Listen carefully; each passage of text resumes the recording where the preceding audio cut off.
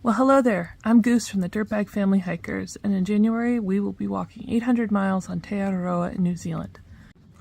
In this video, I want to talk about resupply.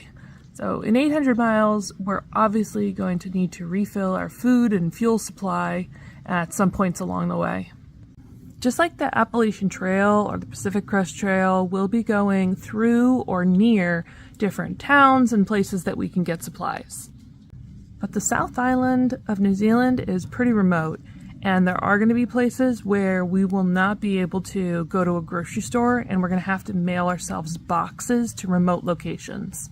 This will be challenging because I don't know anything about postal services in New Zealand, but I've created this massive spreadsheet with all the different places where we can buy supplies or where we're going to need to mail boxes, and this is what I've figured out.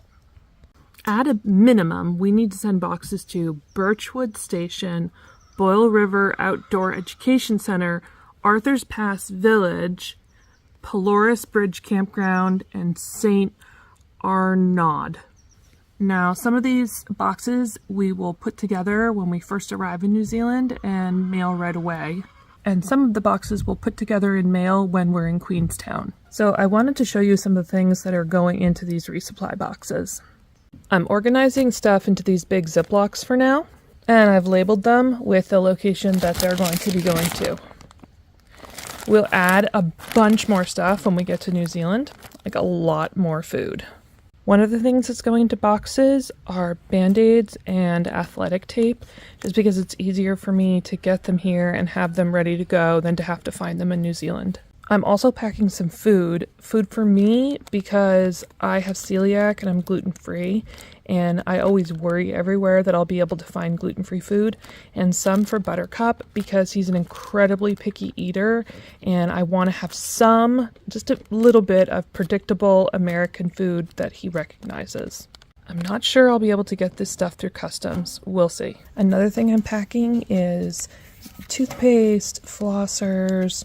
This is my little mini deodorant, and again, I'm packing these things from America just because I know what they are here. They're predictable, I know where to get them, and I'm not going to want to stress when we get there looking for stuff like this.